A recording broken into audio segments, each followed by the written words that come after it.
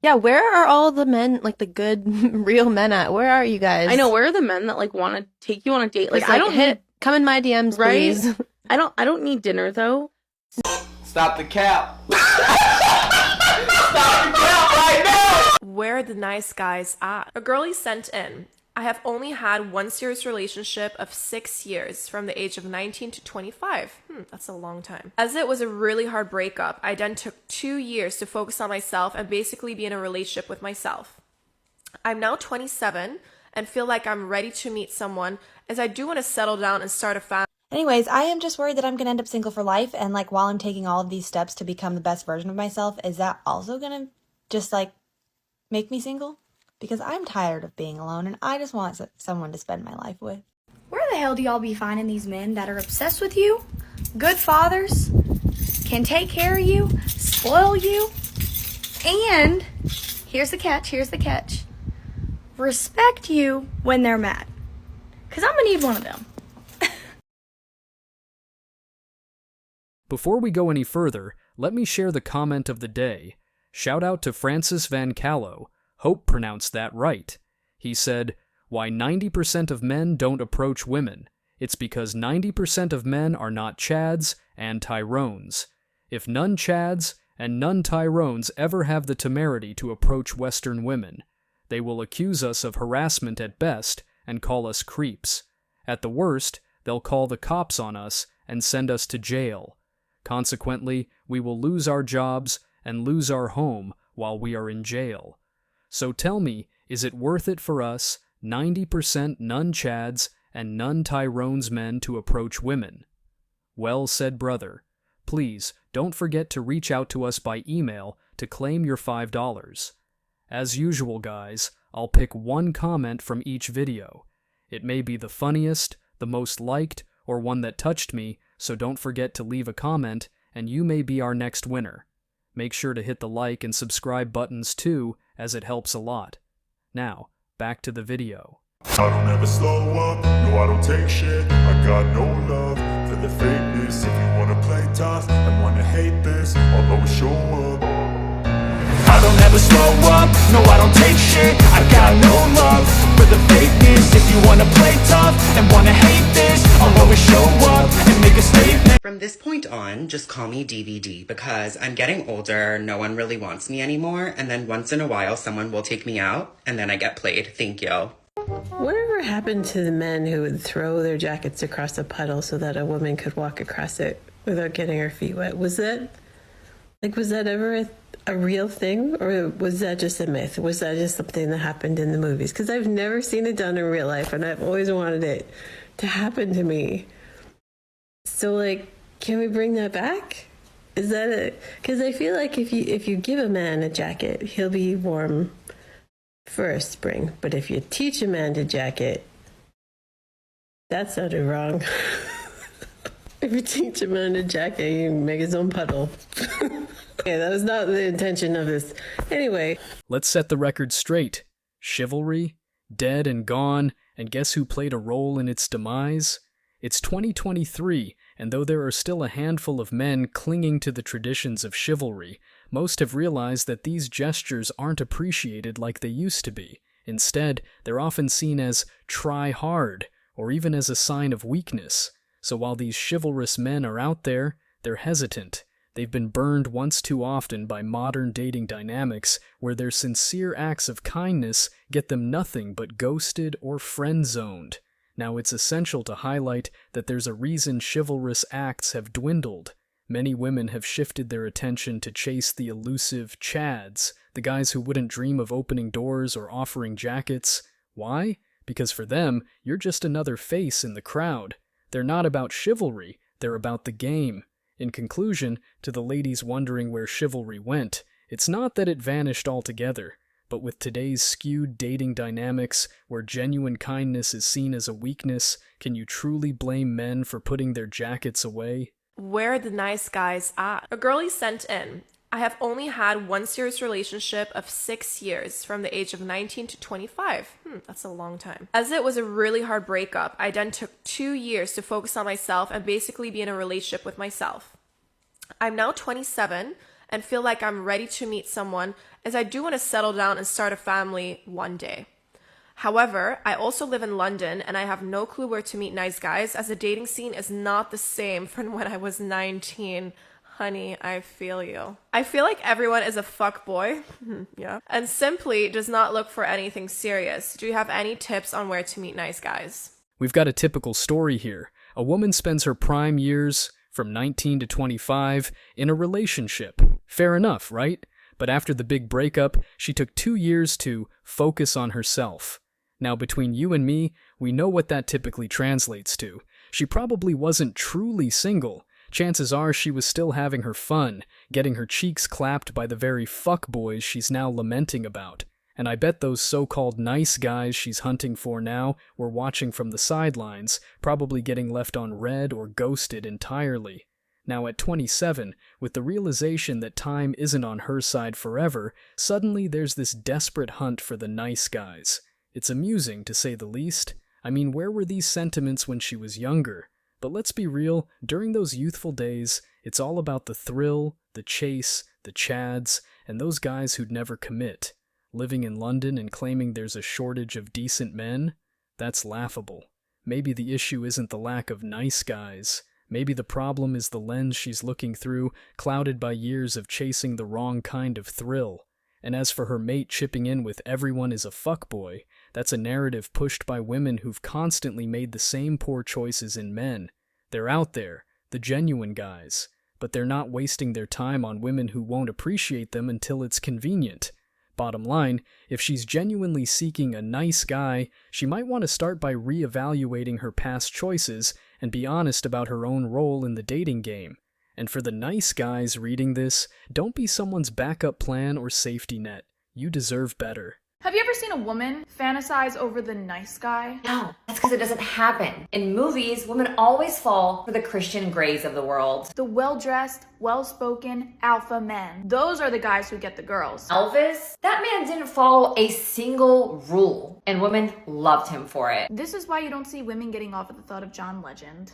Yikes. Now, before you come at us for making fun of nice guys, listen up. Nice guys create transactional relationships. They don't do what they do out of love. They do it out of expectation. That's inauthentic at best and manipulative at worst. When you act like a nice guy who's always trying to appease a woman, you deprive her of her innate desire to relax in your presence. Instead of letting you run the show, she becomes the one in charge of it. And a woman isn't turned off by nice guys because she's toxic. She's turned off by him because she sees right through the act. Women wanting masculinity isn't toxic. It's biology. Honestly, hearing stuff like this just makes me think, damn, who hurt you?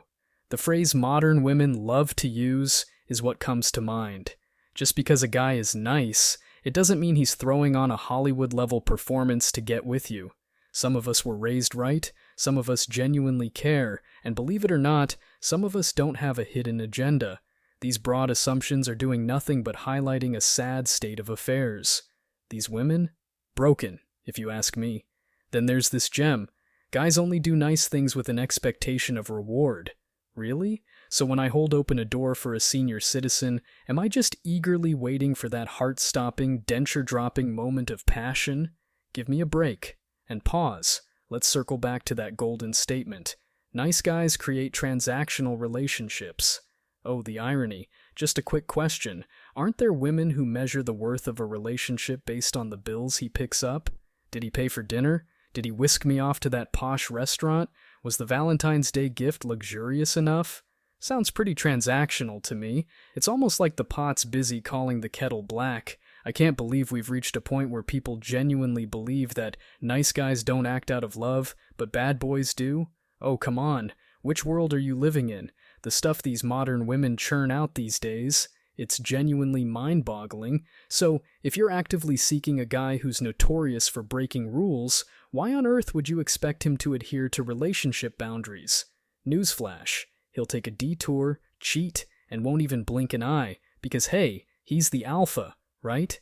If being nice keeps these types of women at arm's length, hell, sign me up for more kindness courses. And don't ever mistake kindness for weakness. There are plenty of good-hearted men out there, and trust me, While they might hand you a tissue when you cry, you sure as hell don't want to be on their bad side. Plenty of the so-called nice guys are robust, authentic men. Kindness isn't synonymous with weakness. Some of the kindest men I know are also the most formidable when they need to be. So, women with this attitude, you're not seeing an act. You're just seeing something you can't understand. End of the day, folks, stay single, my brothers, and avoid this circus. Seems like love is just another word thrown around without understanding its depth anymore. I just don't know what's going to happen, and I'm worried that I'm and all my friends and like we are all going to end up single. Or like, is there a movement that I'm unaware of men taking steps to like be better? You know what I mean? Or like, is us making the steps to be better going to force them to be better? But it's not our job to make them better. Like, they should want to be better themselves. You know what I mean? Anyways, I am just worried that I'm going to end up single for life. And like, while I'm taking all of these steps to become the best version of myself, is that also going to just like make me single? Because I'm tired of being alone and I just want someone to spend my life with. Okay, thanks. Bye. This is classic modern feminism at work. It sold women this narrative that they're strong, independent, and don't need a man, that they're somehow above the average guy. And now that they're all empowered, they're scratching their heads wondering where all the good men went. It's simple. You told men you didn't need them. You bought into this, I'm independent, I don't need a man mindset, and now you're upset because men took your word for it. Talk about irony. Let's get this straight. This video is Exhibit A of why she's single. The level of narcissism here is off the charts. So, she's convinced she's single because men aren't stepping up? Talk about delusion. Where's the self-reflection? Where's the humility? You want to become better? Try checking that ego at the door. Being better means owning your flaws, not parading your arrogance as some kind of virtue. Seriously, the audacity to think that the entire male population should become better just for her and her friends? Newsflash, the problem might not be with all men. Maybe, just maybe, it's that attitude of yours. And let me lay it out for you. More and more men are waking up to this nonsense. They're tired of the games modern women play. They're tired of bending over backwards for someone who can't even acknowledge their own shortcomings.